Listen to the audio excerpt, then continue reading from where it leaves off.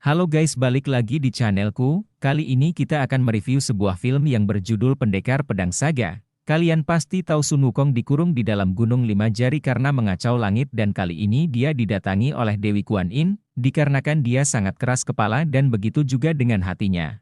Dewi mengambil sebagian hati untuk direinkarnasi ke dalam sebuah kehidupan agar Sun Wukong merasakan arti kesedihan dan kehilangan. Film dimulai dengan pertarungan antara Zhou Yu, seorang pedang bangsawan diperintahkan oleh seorang misterius untuk membunuh Gongshu.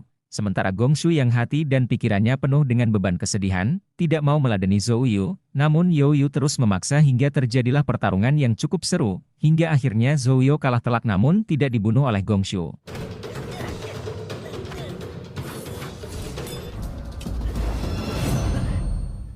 Singkat cerita, Gongsun telah sampai di sebuah restoran di mana dia mabuk parah, berharap dengan ini dia dapat melupakan seseorang yang dicintainya yang telah pergi meninggalkannya. Setelah Gongsu sadar namun sedikit sadar, bahkan penglihatannya masih samar-samar, dia melihat seseorang gadis cantik penari turun. Gadis itu bernama Qin Yuer. Seorang gadis nakal menggunakan serbuk tidur agar semua orang tertidur, dengan begitu bisa mengambil seluruh uang di restoran, sementara Gongsu tetap sadar. Setelah serasa aman semua tertidur, Qin Yuer turun dari panggung dan mengambil barang para pengunjung, namun kaget karena seorang pria masih sadar. Namun Qin Yuer tetap memeriksa Gongsu, namun dia hanya mempunyai emas batangan miliknya namun dipegang oleh Qin Yuer yang membuat Gongsu kaget bukan main. Qin Yuer berdalih melakukan ini untuk mencari makan. Melihat Gongsu tidak memiliki apa-apa, Qin Yuer memberikan sejumlah uang agar Gongsu kembali minum. Namun secara tiba Qin Yuer diserang oleh segerombolan pria menggunakan jarum. Apabila terkena jarum tersebut akan tidur dalam jangka waktu yang ditentukan. Ternyata segerombolan pria tersebut disuruh oleh guru Qin Yuer agar dia pulang dan dijodohkan. Terjadilah pertarungan sengit sementara Gongsu tetap diam seperti batu, namun Qin Yuer terdesak yang membuat Gongsu bersimpati. Setelah melihat Qin Yuer terpojok, Gongsun mengeluarkan pedang emasnya yang luar biasa.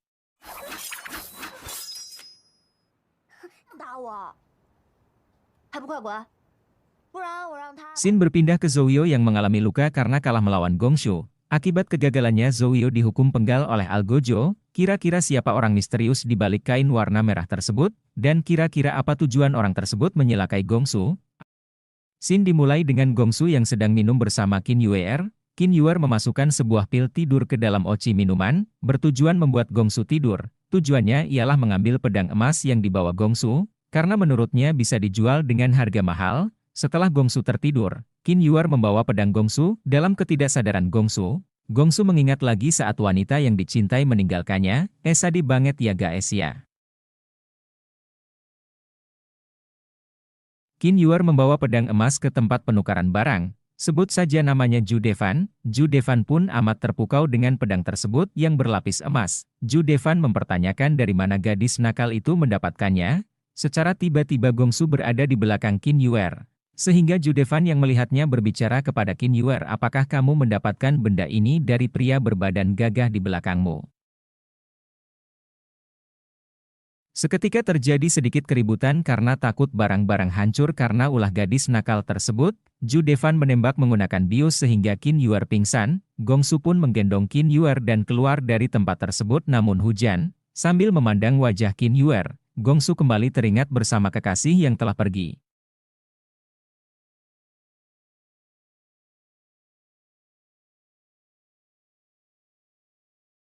Singkat cerita, Qin Yuer telah sadar alias terbangun, ia masih berada di tempat Ju Devan, dan Gongsu telah pergi serta meninggalkan pedangnya di pangkuan Qin Yuer. Ju Devan menceritakan bahwa Gongsun sangat perhatian di saat Qin Yuer pingsan, menggendong sepanjang malam menunggu hujan YG tak ujung berhenti, sehingga kembali masuk membaringkan tubuh Qin Yuer serta menyelimutinya, dan selalu memperhatikannya. Setelah mendengar cerita tersebut, Qin Yuer sangat tersentuh.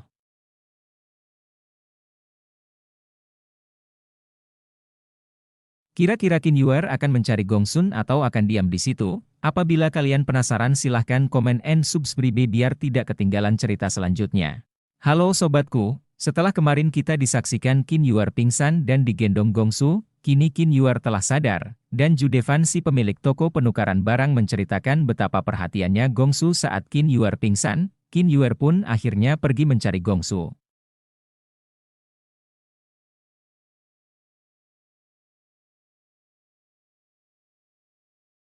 Oke, film dimulai dengan Gongsu yang ditantang berkelahi oleh pria yang mirip Wu Qing. Belum sempat berkelahi Qin Yuer datang dan mengembalikan pedang emas Gongsu. Wu Zheng kembali menantang Gongsu yang membuat Qin Yuer kesal. Lagi enak-enak ngobrol ya kan malah diganggu. Namun nampaknya pria yang mirip Wu Zheng ini lumayan kuat sehingga Qin Yuer terdesak.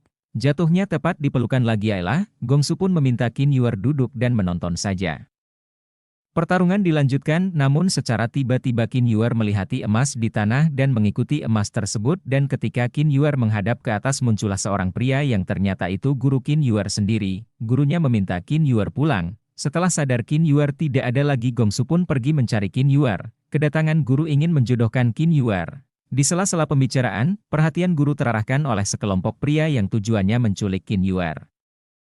Dan benar setelah guru berdiri membelakangi Qin Yuer diculik dan dimasukkan ke dalam karung, dan untung saja Gongsu melihatnya dan mengejar penculik itu dan merebut kembali Qin Yuer. Namun datang guru Qin Yuer membawa kabur Qin Yuer sehingga Qin Yuer dan Gongsu kembali terpisah. Karena Qin Yuer sangat menyukai emas, guru berencana menjodohkan Qin Yuer dengan seorang pria kaya, namun nampaknya Qin Yuer tidak setuju, karena Qin Yuer nampaknya sudah mulai suka dengan Gongsu. Qin Yuer pun berencana untuk kabur dari gurunya dan kembali mencari Gongsu. Singkat cerita, Qin Yuer pun bertemu kembali dengan Gongsu di sebuah restoran. Dalam pengumuman tersebut akan diadakan pertandingan para pendekar dan Qin Yuer menawarkan Gongsu untuk ikut. Sambil berjalan-jalan di restoran mereka pun lapar dan ingin memesan makanan. Namun secara tiba-tiba di meja yang ingin mereka duduki ada seorang peramal. Dan akhirnya duduk bertiga karena peramal itu tidak mau menyingkir. Disitulah peramal meramal Gongsu yang mengingatkan kembali dengan kekasih yang telah pergi. Kekasih masa lalu Gongsu ternyata sedikit mirip dengan Qin Yuer ya guys ya. Terlihat raut kesedihan di wajah Gongsu mengingat kisah sedihnya yang tidak bisa bersatu dengan kekasihnya. Qin Yuer dengan iseng menanyakan apakah dia berjodoh dengan Gongsu. Peramal tersebut mengatakan bahwa nampaknya mungkin iya. Namun nampaknya ada sebuah kejadian yang menghambat kebersamaan mereka. Kira-kira apa yang terjadi dengan Gongsu dan Qin Yuer ke depannya, atau ada bumbu air mata di antara kisah mereka? Singkat cerita, pertandingan para pendekar dimulai di sini. Terlihat seorang pendekar bernama Yu Song dari perguruan Hushan melawan Zhang Zizhen dari perguruan Emei. Pertandingan ini dilarang menggunakan senjata dan merusak barang-barang di sekitarnya, dan pertarungan ini akan dimenangkan apabila ada salah satu pendekar yang bisa menempelkan tanda di kening. Karena masing-masing pendekar telah menyelupkan jarinya sebelumnya ke sebuah mangkok yang berisi pewarna. Dalam pertandingan ini nampaknya Yu Song lebih unggul dibandingkan dengan Zhang Zizhen. Mereka saling adu menempelkan jari di masing-masing kening. Upaya yang dilakukan Zhang Zizhen gagal dan terbalik dan akhirnya Zhang Zizhen terdesak dan dimenangkan oleh Yu Song.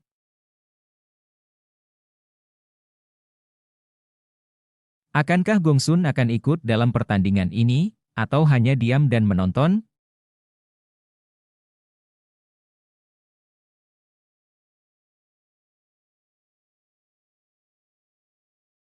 Kali ini kita diperlihatkan Qin Yuer bersama Gongsun sedang menyaksikan kompetisi pertandingan para pendekar yang kita ketahui kemarin dimenangkan oleh Yu Song dari perguruan Wushan.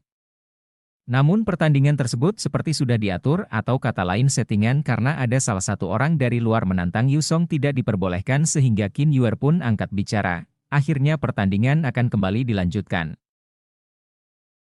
Singkat cerita, Qin Yuer dan Gongsun keluar dari pertandingan melanjutkan perjalanan melalui padang ilalang. Qin Yuer nampaknya sangat bahagia menemani Gongsun. Di malam hari mereka memutuskan buat beristirahat membuat api dan membakar daging kelinci. Sikap konyol Qin Yuer kepada Gongsun membuat Gongsun mulai tersenyum. Pagi hari Qin Yuer dan Gongsun melanjutkan perjalanan menggunakan rakit. Tujuan sebenarnya Gongsun dalam perjalanan ini yaitu untuk sebuah minuman pelupa, dengan tujuan melupakan masa lalunya.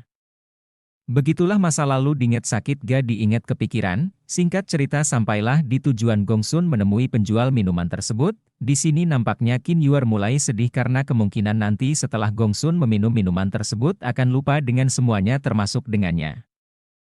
Qin Yuer menunggu di luar sementara Gongsun masuk ngobrol dengan pemilik toko. Karena Qin Yuer tidak mau Gongsun lupa dengan dirinya, Qin Yuer pun menukar isi minuman tersebut dan Qin Yuer beranjak pergi berpamitan dengan Gongsun dengan beralasan gurunya membutuhkan bantuannya.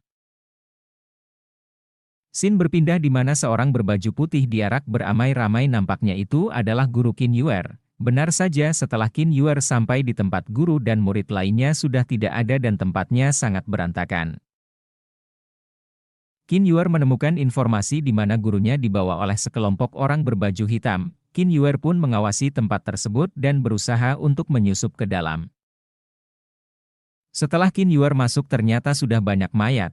Terjadilah kesalahpahaman yang menyebabkan Qin Yuer menjadi korban kesalahpahaman. Kira-kira apa yang terjadi selanjutnya? Oke, kali ini kita akan melanjutkan cerita di mana Qin Yuer menyelinap ke kediaman Ling Xiaofeng untuk mengambil segel panglima tertinggi agar dapat menemukan dan menyelamatkan gurunya. Namun sesampai di dalam kediaman, Ling Xiaofeng telah dibunuh seseorang yang menyebabkan Qin Yuer dituduh membunuh, sehingga Qin Yuer jadi buronan para pendekar.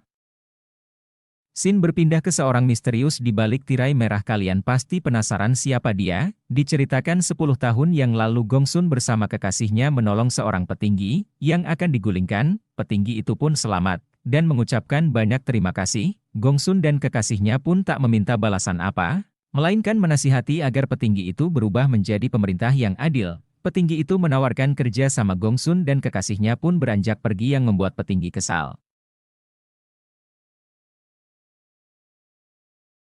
Scene berpindah ke Gongsun di tengah-tengah pohon bambu di mana dia dihadang dan ditantang oleh seorang pria bernama Gua Xiong yang dijuluki si pedang tangan. Ia adalah seorang pendekar yang juga disuruh petinggi di balik tirai merah tadi. Tujuannya adalah membunuh Gongsun. Bertarungan tak terelakkan. Pedang tangan yang dibawa pendekar tersebut sangat tajam dapat dilihat dari bambu-bambu yang patah, namun nampaknya Gongsun tetap santuy menghadapinya.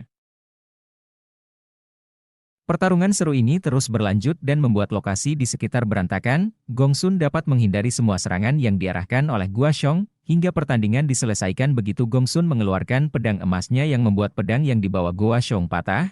Setelah Gongsun bertanya siapa yang menyuruh Gua Xiong, tiba-tiba ada orang misterius melemparkan pedang yang membuat Gua Xiong terbunuh sebelum menjelaskan semua ke Gongsun. Gongsun mengejar pria misterius tersebut hingga pandangannya teralihkan oleh pertarungan dan ternyata itu adalah Qin Yuer yang sedang dikejar-kejar para pendekar karena fitnah. Bagi kalian yang belum tahu alur ceritanya bisa dicek di episode sebelumnya ya guys ya. Oke, pertarungan terus berlanjut hingga pada akhirnya Gongsun membawa pergi menyelamatkan Qin Yuer, namun sayangnya Gongsun terkena pedang beracun dari salah satu pendekar. Qin Yuer melihat luka goresan di tangan Gongsun dan membalut lukanya sambil menceritakan mengapa dan bagaimana bisa dikejar-kejar para pendekar. Kondisi Gongsun terus melemah karena racun dari pedang terus menyebar yang membuat Qin Yuer sangat khawatir kepada Gongsun. Saking khawatirnya Qin Yuer menyedot bagian luka Gongsun dengan harapan racun tidak menyebar dan membuat Gongsun membaik. Namun nampaknya setelah Qin Yuer menyedot racun tersebut tinggal Qin Yuer yang terkena racun, namun Qin Yuer sangat senang bisa menyelamatkan Gongsun. Kondisi Qin Yuer terus melemah di mana Gongsun merasakan khawatir bahkan sangat takut kehilangan melihat wajah Qin Yuer saat ini. Gongsun mengingat kesedihan dan kehilangan seperti masa lalu. Di sini Gongsun berusaha menyelamatkan Qin Yuer tanpa dia sadari sekarang mereka dalam bahaya dan dikepung banyak pasukan. Dalam kondisi begini Qin Yuer mengatakan apa dia bisa terus hidup bersama Gongsun sampai menikah.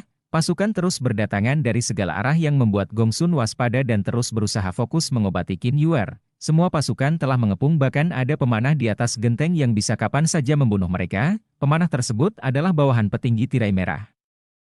Pasukan mengepung tempat tersebut dipimpin oleh Yu Song dan Yu Song pun mengatakan kepada Gongsun agar menyerahkan Qin Yuer untuk diadili. Namun Gongsun tidak ingin seseorang yang dicintainya saat ini ditangkap, bahkan dalam kondisi memprihatinkan. Para pasukan tidak peduli apabila Gongsun tidak menyerahkan Qin Yuer akan dibawa dengan paksa.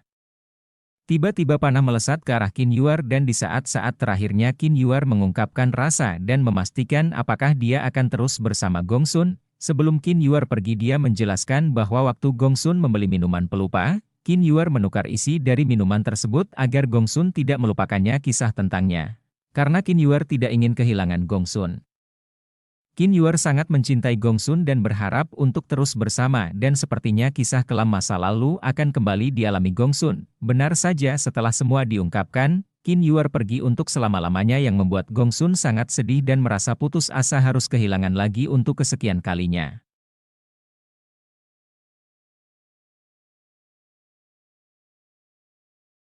Gong Sun yang perasaannya hancur sedih dan marah karena kehilangan, mencabut pedang emasnya dan berusaha melawan semua pendekar dengan membabi buta. Pertarungan tak terhindarkan, tak peduli dikeroyok, belum semua tertumpas. Ternyata datang lagi banyak pasukan.